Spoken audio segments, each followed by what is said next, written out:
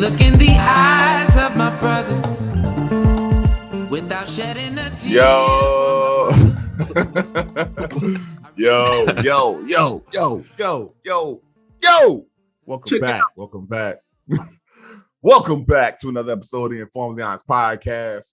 We are four brothers from the middle neighborhood of Gary, Indiana, coming to you live and in person, but not really because it's probably a couple weeks ago that this was recorded. Where we come together to talk about this thing called life and, deliberate and debate and debacle. All the D's normal. And throw a little debauchery in that bad boy. We got a hell of a mix. Hey. But yeah, we come together to talk about this thing and hopefully, can include y'all in on the conversation periodically. But no matter where the conversation goes, we pride ourselves on three principles, and that is being forthright, vulnerable, and most of all, honest.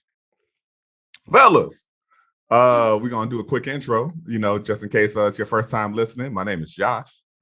I am not the primary host, but sometimes I talk too much. We got A-Dub. Yo, I am the other individual who sometimes talks too much and likes to give Josh a hard time, but we hug it out afterwards, man. Thanks for listening, y'all. AJ. I'm here, and I'm the one that probably can talk a little more, but we'll see. And the guard, Marco. What's up? I'm the one that's been struggling to show up, but I'm here. I don't know how much my talk meter is, but we love you anyway, Doc. Yeah. AJ, you said you had a story to get us started today. Yes, please regale us. Although I do have a smile on my face, it is not a pleasant story. So earlier for the preparation, prepare myself. So earlier this week, I had left my vehicle, my truck, at work because I was taking the work truck home because there was like early morning things I had to do that involved me calling stuff, and obviously you should use company vehicle for that. So I left my truck at the office in Lombard, Illinois. The west suburbs of Chicago, if you're not familiar. Right. So I was like, cool. And I've done that, a bunch of times. I've been doing that for months. So it's not like an unusual thing. So I think it was like Thursday, I went to take my truck home, and then, I'm throwing everything in the truck. Then I go to start it. And then there's this super loud noise. I'm like, what the, like, this, as if I didn't have, an exhaust system. Like, what the heck is going on?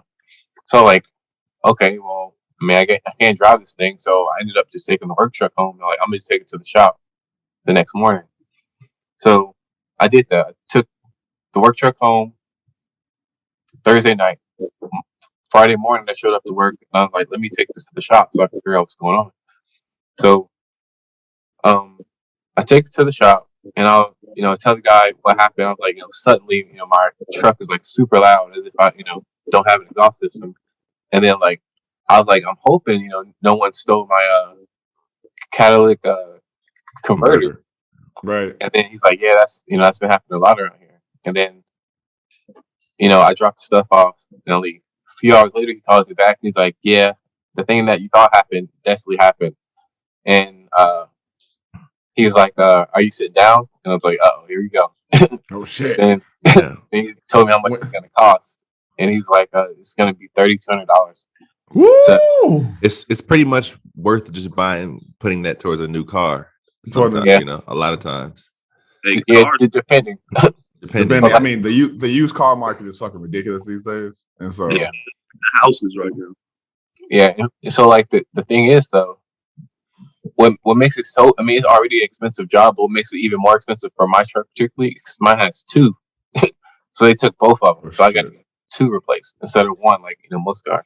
And then I went and I looked it up, just I was looking up the theft, that just about stealing these things, and I found there's this list of vehicles that are high on the list. My truck was literally the number one on the list, the range. Damn. So if you drive a Ford truck, it could be F-150, 250, whatever, but any Ford truck between 1985 and pretty much 2022, it's like that's the high, that's top of the line. Dang. So Usually I don't hear that like it's present day. Usually it's like 1985 to like 2008. Like these motherfuckers keep evolving with the evolution of the truck. Like, and what's crazy is they're so easy to steal. Like I was about to ask that. Like, what's the time limit on how long it takes to you disconnect can that probably shit? steal in like a minute because all they do is take a sawzall, like a saw, just cut Oh, before and after the part, you just take it down, and you're done. So it's super damn. easy to steal. And what's so crazy is it hit me when I was driving home Friday, just thinking about the situation. Earlier in that week, there was a sawzall blade in the parking lot, and I kicked it. You know how you're like, you just walk in, you see stuff on the ground, you kick it. Now I remember kicking this blade, and it bounced off my tire, and I kind of just laughed to myself, like I wasn't expecting that to happen. And then I went about my day, and then that moment, like, just hit me like, I guarantee you that blade has something to do with. Wow. But now I'm not saying that blade cut the thing off, but they probably changed the blade because it probably wasn't sharp or something. And they probably just threw the blade on the ground and changed the blade. And so I was like, I'm gonna file a police report because I haven't yet. Because I didn't even find out about this. So I was like already driving home on Friday. So on Monday morning, I'm gonna go get that blade because I guarantee you it's still there. And I'm gonna just do The my seat fingerprints inside. on it. Yeah. I'm like, who knows? I mean, so I'm gonna throw it in some plastic, and then I'm gonna file my police report. And like this was by my truck, so maybe because chances are you wearing gloves, of course. And for me, I'm like, you know what? It's rained out last week, but my logic is if someone's using tools, their hands are probably got some type of oil or grease on them anyway. So if there's some oily prints on there, who knows? I mean, I'm not hopeful, but I mean, I'm gonna still file a police report, and then I need to talk to my company because this happened on their property. It didn't. And that's the thing. It didn't necessarily happen on their property because we rent office space out of there, so it's technically not their property. But this still is work related. Like I left my truck there because I was using the work truck to do my job. Like it wasn't like I'm just leaving it there for storage. It was work involved. So I'm hoping like maybe like their insurance could help cover this because I don't necessarily want to buy it. A new this vehicle is already paid off. I got the deed. I don't. I'm not trying to.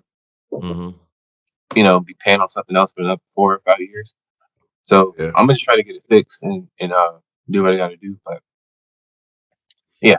So and what makes this suck is because I was supposed to be going to Virginia next month to see my nephew graduate high school, but this kind of takes that opportunity away because there's no way I can afford to do both. So yeah, that was one. Well, first off, dog, of course, sorry to hear that. That's crazy, man. And my second thought is I hope that when you contact the police, they have more faith in your situation than they did last week with my friends when her car got broken into. She was this a story you told us? Nah. It just happened. It happened like Thursday or something like that. Maybe even yesterday. No, I think it was Thursday. She reached out and was like, yo, do you mind like sitting on the side of the road and waiting for me till the police come? Because somebody broke into my car. But like the crazy thing is she had a similar situation as you, Adam, where she had packed up all her most valuables, all her things that she really liked. And she was because she's back and forth between North Carolina and Atlanta because she's going to school, getting her like, I think master's. But also like her man lives in North Carolina. So she goes back and forth and she was just planning on spending several weeks there in North Carolina. She had like, over $500 in there, best clothes, laptop, all like a lot of her poetry, things that are sentimental, but also some of her like school books and stuff and like laptop with like projects and shit on it. And the reason why I'm saying this is we waited like an hour and a half for the cops. They came and the dude pretty much was just like, pretty much just told her and paraphrasing, but he pretty much said this shit happens so often that the chances, like as he's doing the little, you pull out the little thing with the powder and you try to like wipe it. You try to wipe the car down and get the dust of a prince. Yes, the dust of the prince. He's doing it. He was like, honestly, I'm doing this shit because it's like not. It's like I have to.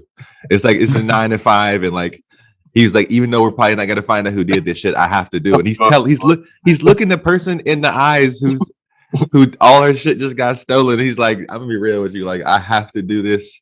And and sometimes he's just like he's not even hitting the car. He's just hitting air. He just fucking as he's like talking to her. I'm like, dog, I appreciate you keeping it real, but like, damn.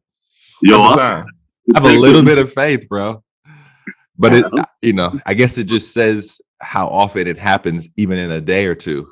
Yeah, that he just looked at her like he's like, you know how you guys get 9 to 5. This is like this is the part where it feels like it's a 9 to 5 for me. Yeah. I'm gonna do it anyway for you, but like, damn. Yeah, I feel you. I also want to say, you say you're not hopeful. I think you do. Some hope exists because if there was no hope, you wouldn't file the police report. Well, no, that's kind of what I was thinking. I'm only filing the police report for like legal. So like, if there's some type of insurance claim, that's the only reason I'm doing it. It's from like because they're gonna ask if you file a police report, and that's I'm not doing it for them to help me because I'm not expecting it to. That's real. Documentation. I mean, you're hopeful that some kind of reprieve will come. Oh yeah. Just not by the police. Yeah. And it's nice to do whatever you can. Like if that's something you can do to work towards or whatever, at least you did what you could, and that's part of it. Right. Yeah. But I'm glad you did point out that stealing a Cadillac converter is easy, because my non-mechanic ass is like, yo, motherfuckers out here just stealing particular car parts. Yeah, because all it is it's just so you've seen a muffler, right? Yeah.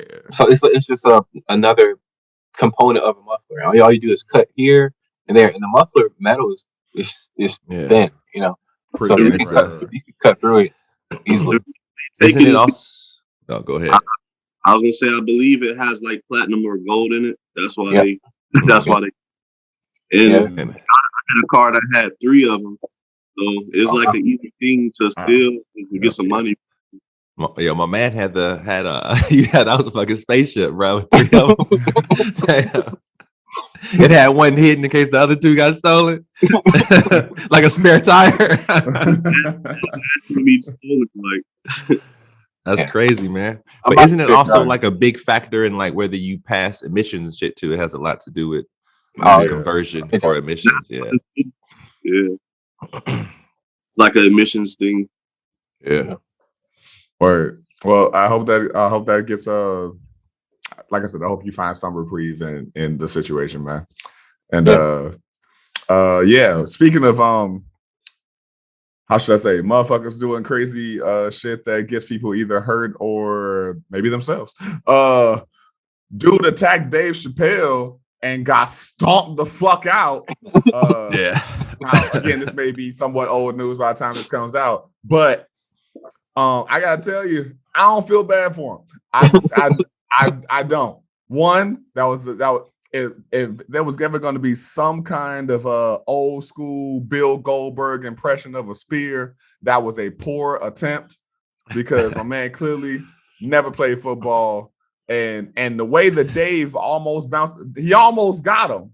Like he almost hit him with the little swerve. He got that good footwork. Judo type move. Yeah. Right. Good pair of hips on him. So I was like, yo, and my man tried to get away. It was, the whole situation to me was just fucking funny. Yeah.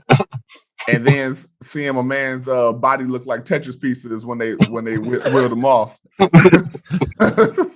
I can't say I felt bad. Yeah. Huh? Yeah.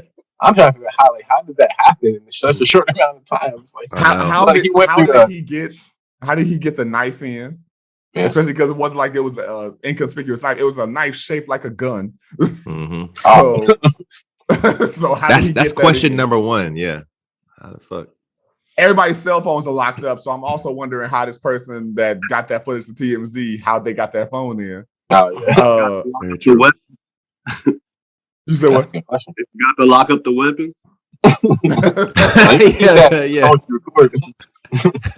it's so many questions I have toward the situation, in which my first brain goes, man, I think a lot more motherfuckers have been to jail than we know of, because all this butt smuggling is the only way that I could think of that motherfuckers got this in. There are metal detectors, there are pat downs. I don't know how you got any of these objects in. So my only thing is you have to smuggle that shit in your ass. Unless it wasn't metal. That's the only thing I can think of. Like if it was like a carbon fiber, something, because they can't detect that. So, yeah. But no, that's a good thing about the phone thing. I didn't even think about that point. Like, how is someone recording it? Because they'd be locking stuff up. So that shit was all fucking great. And then to see multiple comedians who weren't even in the show jump on stage with a cowboy hat on. Yeah. Jamie Foxx the cowboy hat. Yeah. See Bussa come from behind somewhere and start talking about like the security guards are slipping on stage. I'm like, was dude sweaty? Was there oil? Everything about this thing is fucking funny. Yeah. And Dave Chappelle was like providing commentary. I'm gonna kill that nigga. But he was like, hold on, I want to see what's going on. And I'm saying this, this is not my thought, but I did agree with it. I'm like, it did kind of show a major difference between Chappelle and Rock, because Chris Rock had to acknowledge the thing that we all saw. Chappelle had commentary. He went, I'm gonna kill that motherfucker. That he's back there getting stomped right now. Like he's giving us a play-by-play for everybody that can't see it because it's dark backstage. Yeah. Yeah, he was cracking jokes all the time. Like, yeah, I think he wasn't. I guess there might be a little less pressure in the sense of, I don't know, like maybe he can be at a comedy show. You could be a little raunchier than one is expected to be, maybe on NBC or whatever the Oscars are. Yeah, the stage was on, but I love that commentary though. Man. I think in that moment, Dave Chappelle truly showed that he's invincible. I mean, like. He essentially he survived. I mean, I guess what was it, an assassination attempt? The dude had a knife. I mean, he had it on him. He didn't have it out. Okay. So yeah. So let's put it this way: he survived an attack, and then he proceeded to make jokes about it. It's like every time someone tries to cancel this man, even physically, he still comes out on top. It's the weirdest thing in the world. That's true, man. That's a good point. It's the craziest thing. Man, we gotta protect. Man. That's kind of scary though. That is that easy, That's what I'm saying. You would think security would be like you would think after the Oscars that there would be so much more security at all of these events, and then because it's not like this is the first time since the Will Smith thing. It's happened several times where someone got up on stage. I think that's why they started out though, to make an example of him. Like, hey, we don't do this no more, man. We at you. There's a slight I don't know if it's a privilege or caveat. It's a word I can't think of right now. But to do that on that big of a stage, one is clearly an attention thing. Because dude was some kind of rapper who had a song called Dave Chappelle. Or technically it was called Dave Chappelle because he misspelled his name. And one report that I haven't heard and I didn't check was I have not heard anything about the streams of that song going up, which part of me kind of felt pride in people for once. That this dude clearly did an attention-seeking thing and y'all didn't go make his song a number one hit. That may have told you that he was going to attack Dave Chappelle. Yeah, that's a good point. That's true. That would have been genius, though, honestly. Though, what if he made this song called Dave Chappelle, where he describes him attacking him on stage and getting beat up, but this is before it happens. Then he does it, and then that song goes viral, and then everyone hears it like, "Wait a minute, this guy predicted this." This guy's it would be genius. He would definitely been locked up for a while for that. That's premeditated. Yeah. Oh yeah, that's true. And they got the proof is on SoundCloud.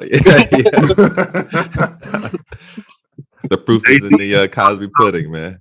Shit. Do y'all know about Jay-Z trying to? Well, not just Jay-Z, but New York artists have been like, I guess protesting is a word, kind of too strong for this situation, but like I want to say the mayor or the governor, somebody there wants to Eric be able Adams? to, huh? Eric Adams? Yes. That's the mayor. Okay. He wants to be able to use like music Oh, yeah. against To- you. to- They already But do that though. interesting thing because Well, I didn't hear that last part, Marcus. He wants to be able to use music to what? so like if you have a pending case or something, against you, they can use your music as evidence. Ah, And gotcha. you know how much people are, telling on themselves in music. So it's like, what do you expect? But music is supposed to be an art form too. So it's kind of like, how do you How do you navigate the freedom of speech that one can have in their art form? Yeah. because I don't believe they do this in any other genre, but yet I don't think that artists do that in any other genre. Because it's I'll like tell you this. Right. it's like a attention seeking, like beating my chest type thing. Yeah. Mm. I'll tell you this. If I'm the family or the mother of the individual who got murdered or whatever, who got hit, I'm voting for this thing to be in full effect. If you snitching on yourself and like bragging about that, putting the hit out or whatever on my son. And so from that perspective, I mean, I kind of understand it, Yeah, is that real? Is that, especially like drill rappers, they actually talk about like, hey, brag about They it. say it with this excruciating detail. exactly. And like the mom is sitting there listening, like, did y'all hear this? Yeah.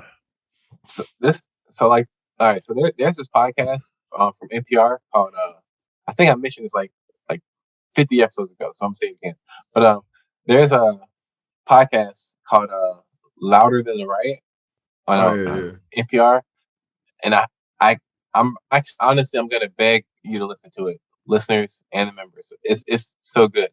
But anyway, what it's about is essentially how hip hop artists are targeted by like the police, and like it's Right. kind of like exactly what y'all talking about. How in the past and still present, hip hop artists are already being prosecuted from their lyrics, and that's like an issue because and there was someone speaking. I don't know if he was a lawyer or someone that was on this podcast made a good point, and they're like, it's almost like they're saying that young black men aren't creative enough to express themselves.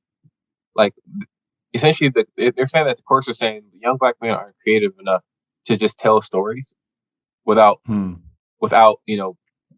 other people thinking that is real. Now we do know that people do detail real things in music, but a lot of times it's not. We know that people are just trying to make hit songs. They're just trying to make their shoot. People are just being creative, and I think I would vote no is because again, like just because someone is telling the story, that doesn't mean it's true. Like we hear country musicians tell stories, and there's country music, outlaw country, where they're talking about shooting sheriffs, and no one ever, no one ever said anything about that. So now that I think music is music and it's art. I don't think now, like I said, there are cases where people actually are detailing, stuff. Now, if it's obvious, then it's obvious. So like if he's like, yeah, I shot that nigga in his red shirt, and then there's surveillance camera of this nigga in his red shirt. Okay, well, but I think it should be case by case.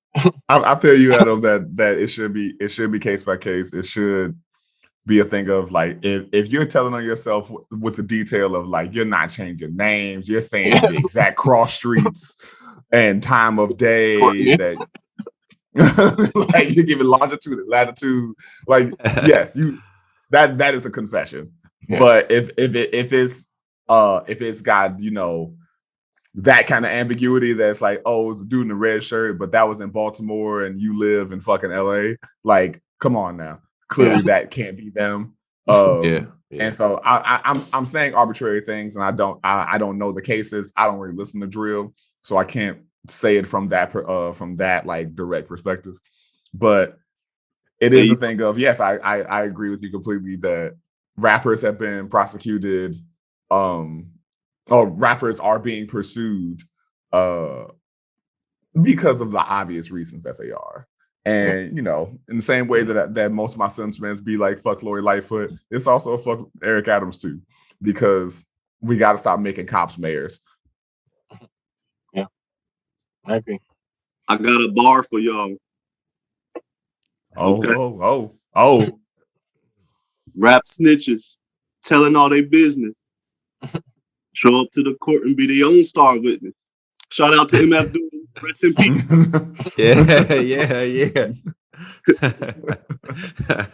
Yeah, rest in peace to the guy, for real, man. Yes. That dude was incredible. Doom was such an anomaly of a rapper. I've definitely freestyled to a couple of joints that he rapped over, and I did not do it justice. Yo, it gotta be me. His production was just as revolutionary as his like rapping style, his whole persona. His production is crazy. Yeah. That's all. I used to be really deep into. At one point, I was really deep into his catalog, but it's since been diluted in my brain anyway. But I do remember just really enjoying. I don't know if I ever knew what he produced and what he didn't, to be able to like completely concur or disagree. But I know that I've always enjoyed him. I believe he produced most of his music, and the Madlib had a big part in his. Right. Yeah, I believe he produced most of his music. So was it a thing of like the ones he didn't produce were probably just the ones where it exclusively said like he had one with Danger Mouse, he had one with Madlib, he had one with is another one. I can see the cover in my head, but I can't think of the person. But like if he mentions the producer, that's the one he didn't. Those are the ones he didn't produce. That's probably how that works. His he does have a lot of what you call it, collaborations. Yeah. Where he made a whole group. A lot of sandwiches. Mad Philly. That was him and Madlib.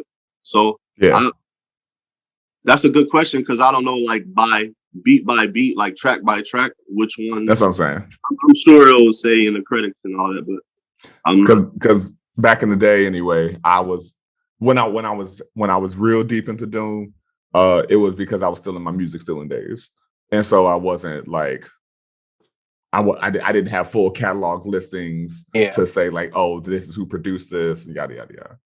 I think he has kind of a style that's kind of recognizable in his production, so that may be one of the ways to.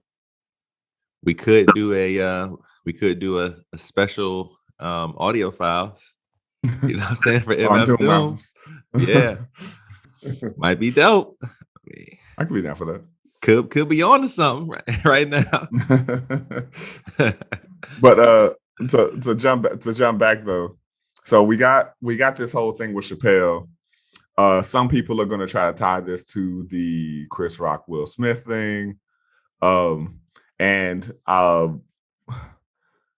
maybe in some kind of roundabout way, this could be tied to the fact that Louis C.K. won a Grammy for his last album that he only released via audio, because we all know people who actually are against Louis wouldn't have known. If you like, it's a whole thing of like comedy albums are so not frequented without a visual special anymore. Yeah. And so the fact that the Academy, or whatever the Grammy Academy is, rewarded him at does that mean like he's good now? Like, you know, that shit is in the past, or that the industry forgave him, and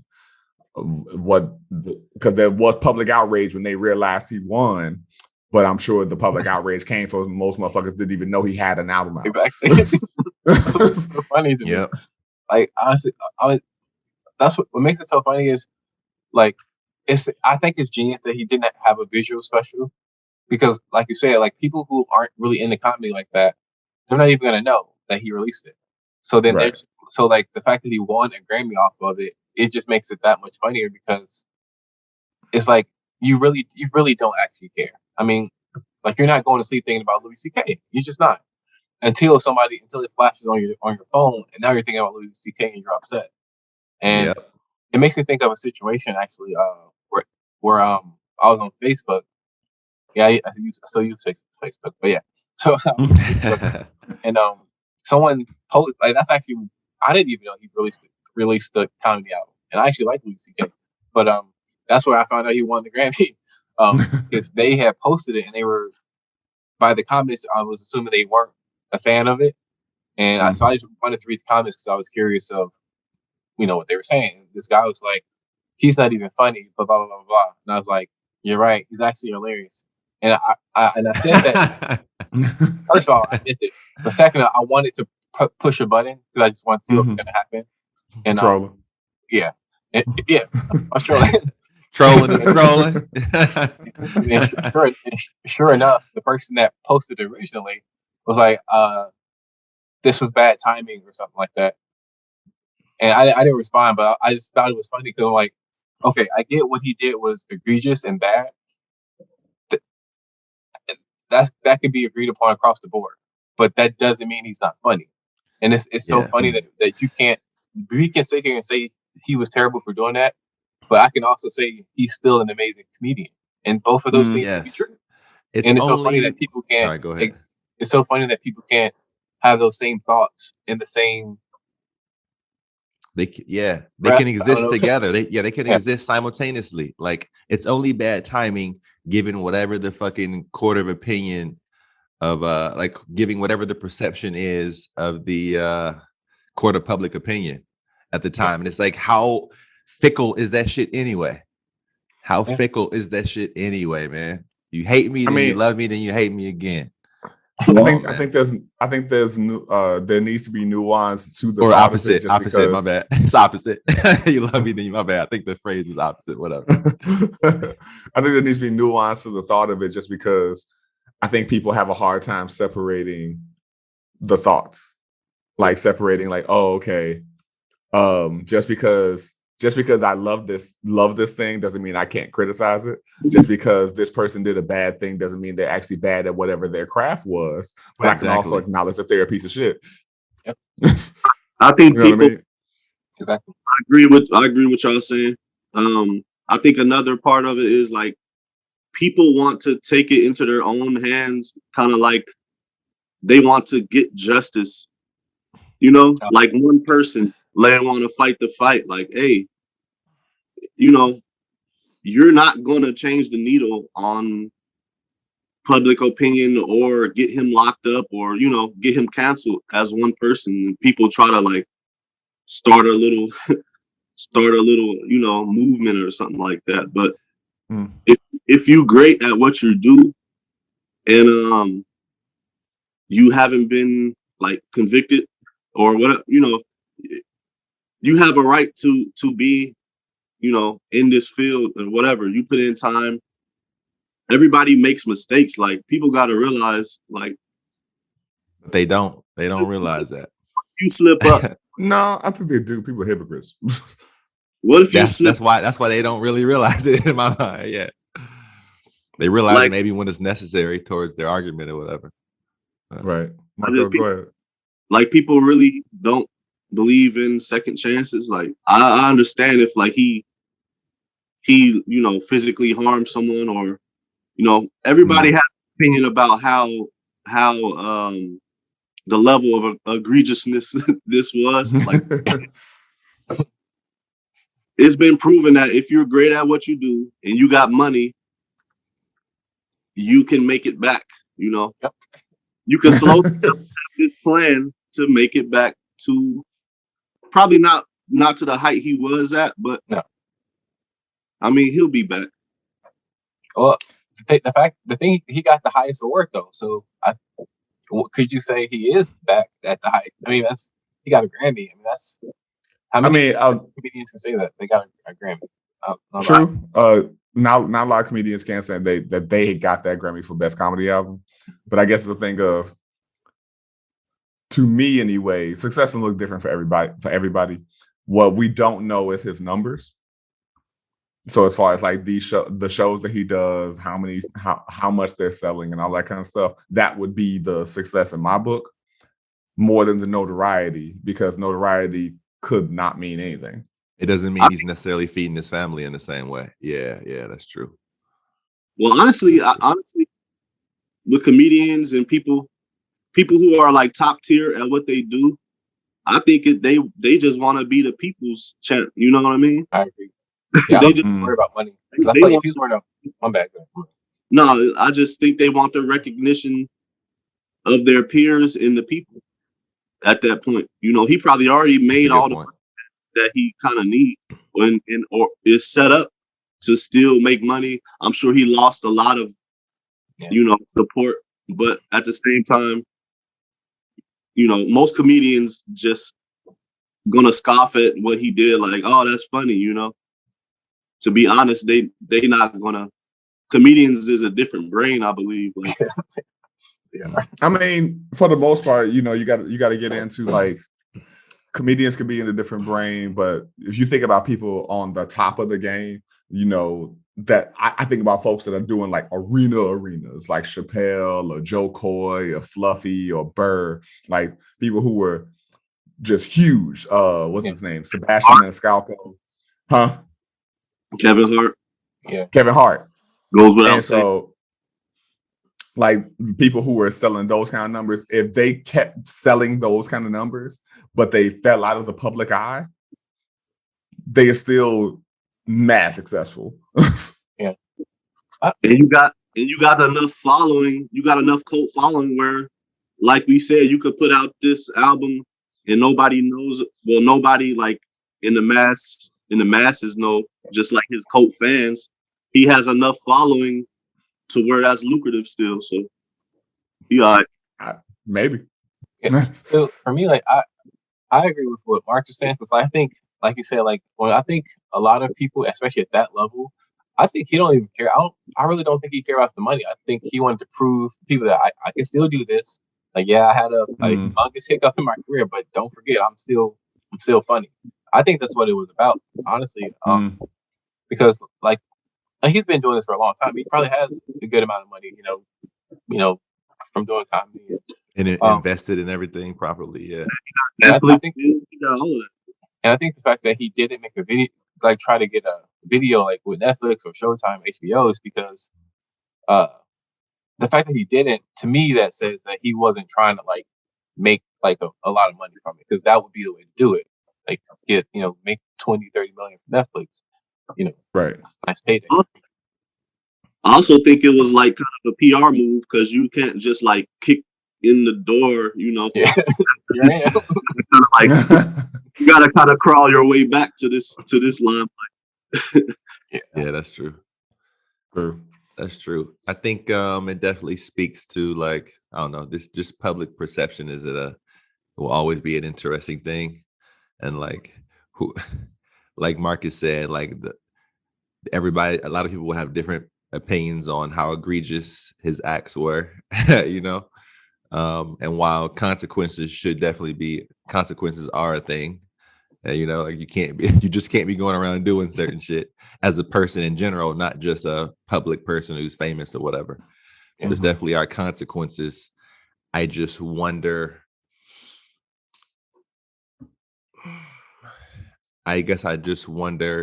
how much.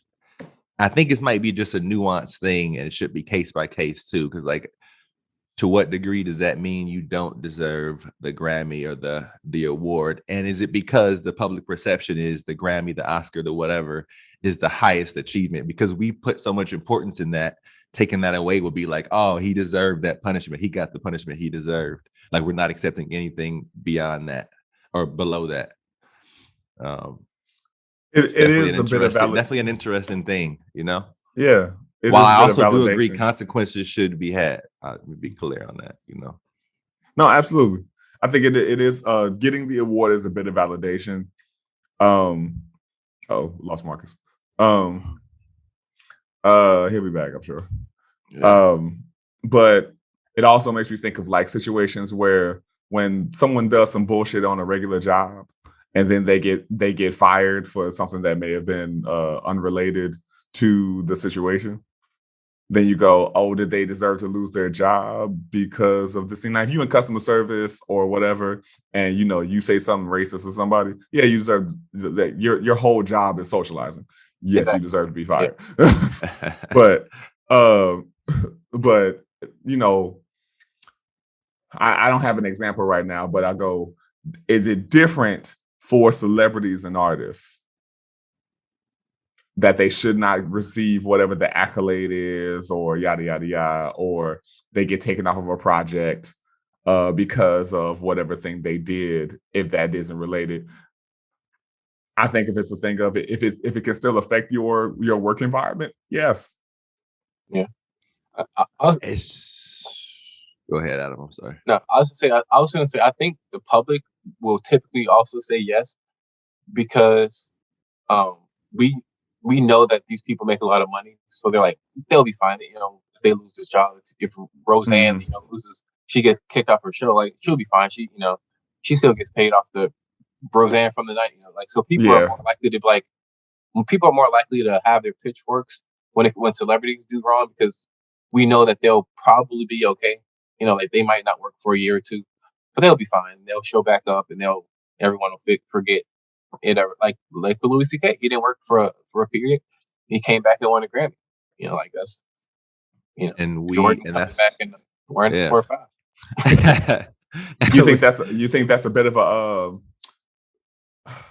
a egotistical power thing for internet trolls or whatever, to be like, oh, if I can be influential in making this person who is doing something bigger, quote unquote, better than me, then I get to that I get to have some kind of power. I think that's the whole thing. Honestly. I think that's the whole point of it. It's like, but across the board, no matter what the Yeah. situation and whatever, how bad somebody did, whatever, I think that's that plays a part in it. I'm sorry, Adam, go ahead. Yeah, I was saying we like to see successful people fail for some reason. Like, for example, think of any super successful athlete. More than likely, there's a lot of people that hate that athlete. Tom Brady, LeBron James, and there might be reasons to, but Tom Brady, LeBron James, even Michael Jordan. I'm one with Tom Brady. I'm one of them. It's like there's very few like superstar athletes. The only one that's coming to mind right now is Peyton Manning. He's like one of the few superstar athletes that everyone likes because he's just a likable person. But most famous people, we want to see them fail, and it's just so it's like Amy Winehouse. People still make jokes about Whitney Houston. Like, people still make jokes about her. It's like, why are we still making fun of this woman like years after she died from drugs? We like to see that for whatever reason. I'll never understand it, but we like to see the downfall of famous people. And I think we like to see it, but when we can make it happen ourselves because they did something 20 years ago, then that's icing on the cake. Yeah, I think that definitely plays a part. And it's like we have unrealistic expectations in a lot of relationships and just relationships with regular people that we have, but especially like famous people. We have unrealistic expectations. And we just forget that they're a fucking person and maybe had drug issues, relationship issue, whatever issues before they became a fucking famous person. And now it's viewed by many more people. Now it's just on full display for everybody. Like it's an insane, and a lot of us, the reason why that perception is there in my mind is because to some degree, a lot of us want to be like them. So as long as we want to have that life or want to be like them, you wouldn't want to be like somebody if you didn't think they had a better life to some degree or something better that you wish you had. And it's like, now I can tear that shit down because I feel like I've been oppressed or whatever. And some people have, but it doesn't mean that you're always right. It doesn't mean you're always right in every situation. It's crazy, man. Yeah, it's a really confusing thing. Maybe that doesn't necessarily exist for me. I'm not desirous of anyone's downfall. I don't think that success. I don't think the amount of success achievable is finite. And for a lot of people, I think that can exist. I may have brought this up before, but I thought it was the stupidest concept of people who don't really get like how cancellation is not really a thing in the first place. But you trying to cancel regular people is the dumbest shit I've ever heard in my fucking life. Yeah. Because I was at a friend of mine's, she was having some kind of shindig, and the dude she was messing with at the time was like, yeah, man, you know, I had this coworker once, he's dumb shit, and he's like, so yeah, I was like, man, you fucking canceled, and I was like, what the fuck are you talking about? I know that is not a great story, and I did not tell it well, but you saying that you tried to get you were like, oh man, I told my coworker they were canceled, and I'm like, first of all, sir, you ever see somebody that you're like, your face, like, I don't know what it is about your face, but I want to punch you. Yeah, I know. He didn't have that. Adams was the manager at that Popeyes. Yo, man. I don't think Josh was there for the episode when Adam told that story of Rob coming up to him and being like, hey, man, for some reason, I just feel like you don't like me. And then Adam's like, oh, yeah, you're right. I don't know, man. I don't know. I don't know. That's so funny, man. To this day, I still will never understand where that level of honesty came from. That's so funny. He just kept real with him. He was like, is that true? He was like, I don't know, man. I just don't.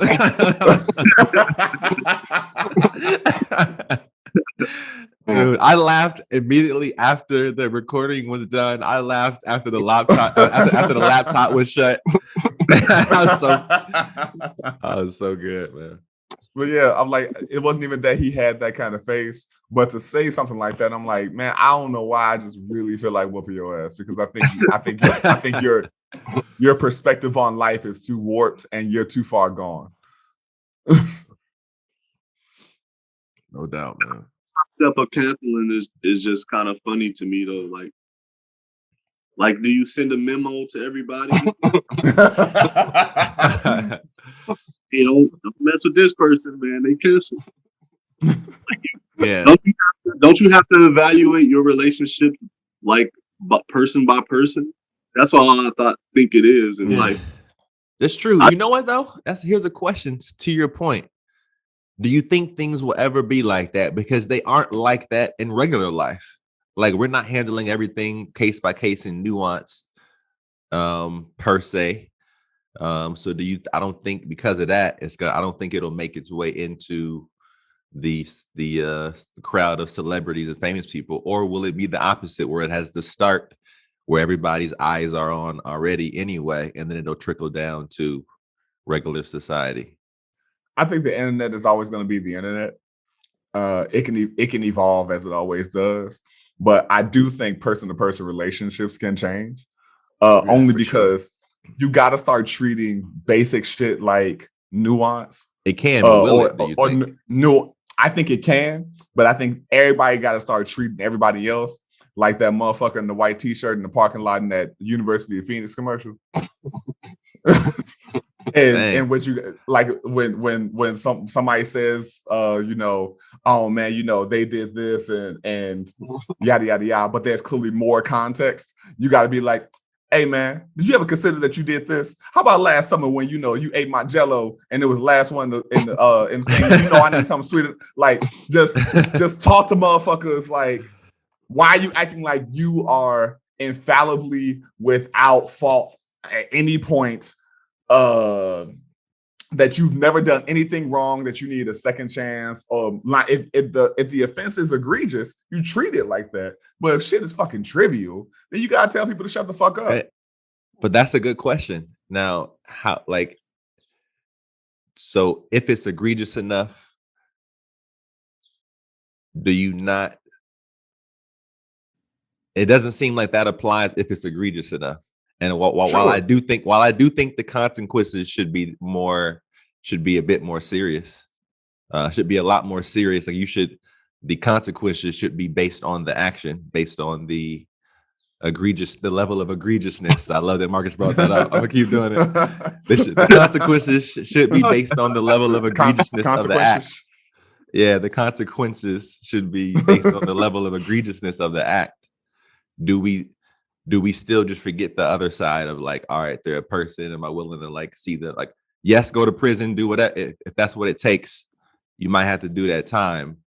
But if you do a certain act, is there still room for forgiveness afterwards? Or is it like some things are just like, nope, he's not a human. He's not a human being. She's not a human being. I'm not even trying to see that side at all. But I get, but what happens inside of that is forgiveness. And tell me if I'm talking too much. I think forgiveness, unfortunately, in those kind of circumstances, becomes very black and white because people think forgiveness means, oh, I get to be absolved. When the timeline of accountability is probably much longer than, than people's outside people who weren't affected's feelings. Because take for example, like if you fuck up in your relationship somehow, right? And some time passes, you can't tell your girl when she should be over it. True. And somebody outside your relationship can't be like, don't you think enough time has passed? That is completely up to her, the for lack of better words, the offended. I was a victim, but that's not the race. This is true. This is true. One thing I would say to that. One thing I would say to that, and I'm not gonna make this long, is I do think there's a difference between, let's say something happens that is egregious, and it surprises you, and like you just have that immediate reaction where like you don't have to like sit there and think about how am I gonna respond to this, how am I gonna feel. It just happens and you're kind of riding that wave of whatever that emotion or whatever that is. Sure. And then years from then, that same level of immediacy of reaction is not there. It's just you dwelling on things. I do think it's important to acknowledge the difference of, oh, this is me dwelling on it 10 years from now versus responding or reacting to, like riding the wave of reaction based off my immediate response. Sure. I mean, I think those are different levels of accountability that you have to be like, okay, this is me playing a little bit more of a role in my, but I get not depression or my whatever. Versus, I think, shit, this happened, and I'm like, this is my immediate response. Boom, it happened. I'm responding to it happening now. 10 years from now, in nothing in front of you is happening like that, but you're carrying that on with yourself. I just think that you should be able to acknowledge the two. You know, my bad. I don't mean to keep trying to cut you off. No, I don't. Okay. I'm done. I don't know that we're arguing the same thing because I don't know. It sounds, huh? I said I don't know either. Yeah. I think when I'm talking about accountability, I'm saying holding the person who did whatever happened accountable. Yeah. And you're saying it from a perspective of how you're processing what happened. So you're not talking. You're talking about your own personal thing in regards to your relationship to what happened. I'm talking about holding that person, whoever committed the egregious act, accountable. Gotcha. Okay. Yeah, so I was coming from the perspective of like the egregiosity. Yeah, exactly. The egregious C, not the egregious sir. The egregious C. Who, if I say like, damn girl, it's been 10 years, man. You still feel that same degree of hate towards me. It's been 10 years. It's like, okay, maybe I could decide. Maybe there's a different level of accountability for the egregious C after 10 years of it not happening. You know? And that's what I'm saying. In that scenario, you're like, oh, it's been 10 years. Like, why do you still feel this vitriol or whatever towards me? Yeah. I think that's a fair question, but you can't look to them as if, why do you still feel this way? You shouldn't after this long. Yeah, because that's up to them to process however long it needs them. It takes for them to process it. Yeah. True. I mean, I think we gotta say it depends on what the action is, because like if you cheated on this person with their sister, and now you're ex girlfriend or whatever has a niece. Like that's I think you're ever gonna forgive me for that. It's gonna be hard to forget that shit. That's true. That's true. But my overall question: how do y'all feel like with the idea of public perception, or like, do you feel like it ever could be that? Well, I guess saying ever allows it to be. Of course, there's a possibility, but like, do you see it? Do you see it happening? I guess the better question might be: do you feel like it'll start from the ones we view as with all these expectations, these celebrities in this world of celebrityism, and then trickle down to regular people, or vice versa? Like, just having more nuance, which one do you think would affect that more, like push that change more? In my personal opinion, I believe it was the former of it being celebrities and trickling down. I'm gonna say hell no, because fuck some odd celebrity Reaganomic shit. That's just not a thing. Nothing has ever started besides fashion trends and maybe colloquialisms. Nothing has ever started with celebrities, came to the public, and then came to the public for the benefit of everybody. That's a good play. That's a good point, man. I agree. I think that like celebrities hold a lot of power. That they might not. I don't know if they understand how powerful they are, just because people will blindly follow them, and people, it don't have to be blindly. People will follow them, and a lot of people can't differentiate reality from the stuff they see on TV. So it's like they have the most effect on people in society, in today's society, in my opinion. And with America being like number one in entertainment for a while, that's a powerful thing. So it's like, kind of like the music and the whatever media people are consuming, then I think it has an effect on overall people. So I want to say no, but at the same time is like is a certain level of power that they can't even control at this point. Is there. Yeah, it's like they have this big possibility of doing something that could move people forward in a better way, I guess, a more fruitful way. But the chances of that being lucrative or being seen as lucrative, I guess, I don't think we should low.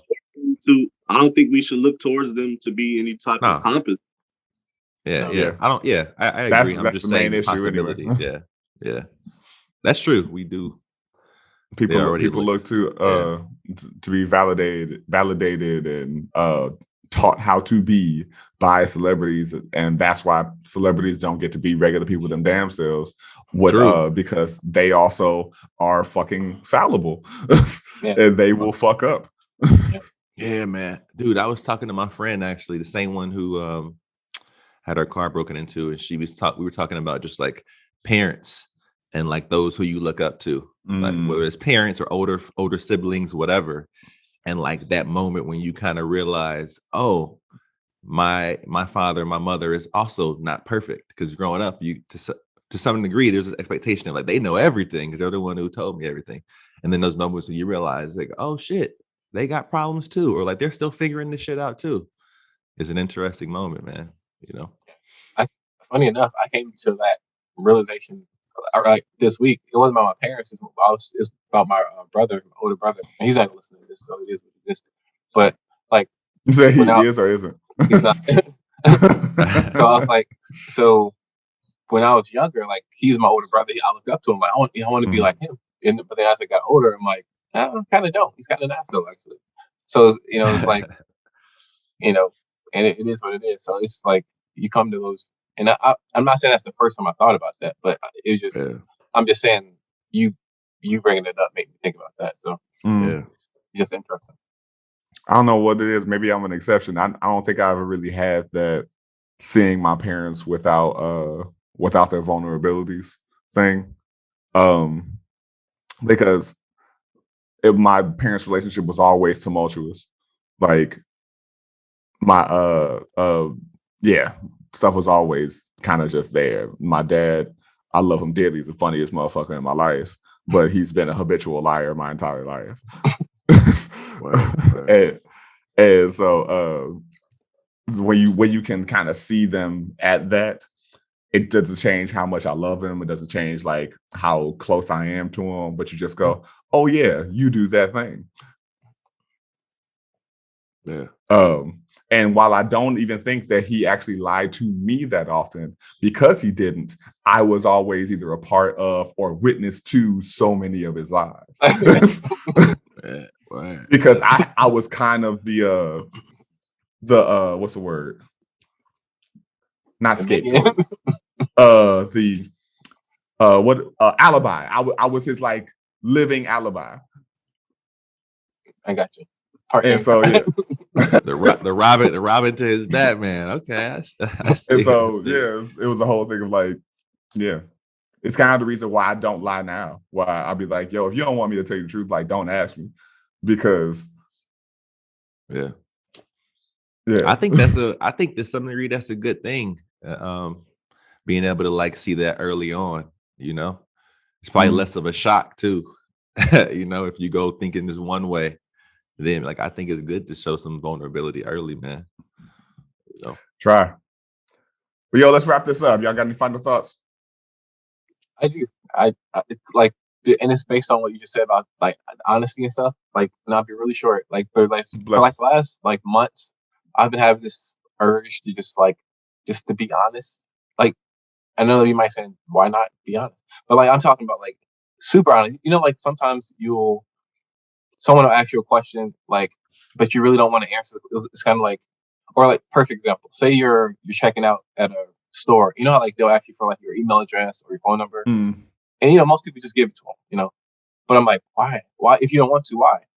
And like, so I've started doing the thing where like, they'll ask me, I don't want to. I just say no, like, or like I don't want to give it to you. And like, but I see so many people who just give them the phone number even though they know they don't want to give them the phone number. And I was like, I just want to starting with simple things like that, just saying no, or like just answering like honestly, because it's like, you know, I feel like a lot of times I'll just go along with the societal correct way to do things, norm, and I'm kind of tired of doing that. So that's it. Bro. I feel that's that. real. I think we all feel that. Yeah, because like you offer me this damn Target credit card one more time. That was like on another note to wrap it up, like to add on to what Adam said, I noticed like a lot of people don't even want the honesty. Yep. They don't want the honesty. They want a version of your honesty. They want their logic. Yeah. They want the honest part that makes them feel hopeful or, you know, affirmed in there. Yeah. Affirmed in their beliefs or something like that. And it's like, honesty is like kind of, to me, how far you will go to find, you know, whatever truth you're looking for. Is like, how open-minded are you? That's a goddamn bar. That's my last statement. That's a bar, yo. I'm for real. I feel that shit. I feel that shit in the innermost part of my penis, bro. For sure. No, I'm joking, but for real. I have no last words outside of like that's a bar. For real. No, man, it's okay, man. You feel it in your shaft. That's a bar, dog. That was. I don't want to be responsible.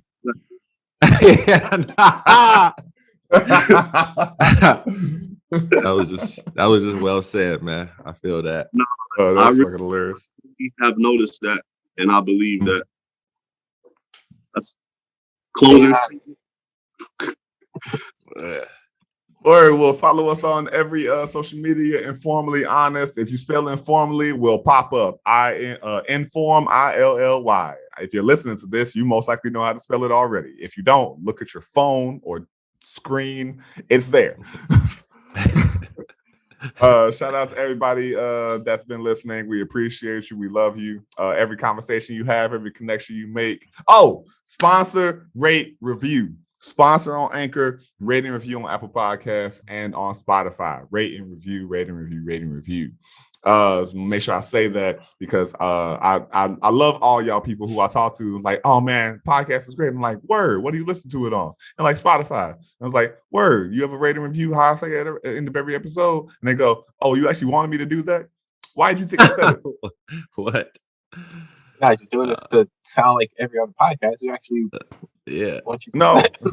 I mean, people great. say those things because they want it. Like, share, subscribe, comment. I saw on our old on that Joe Rogan short, we got a bunch of bots and trolls. Somebody who said to Marcus, like, who is this guy? We know Joe. We don't know him. I never understood that, like that argument.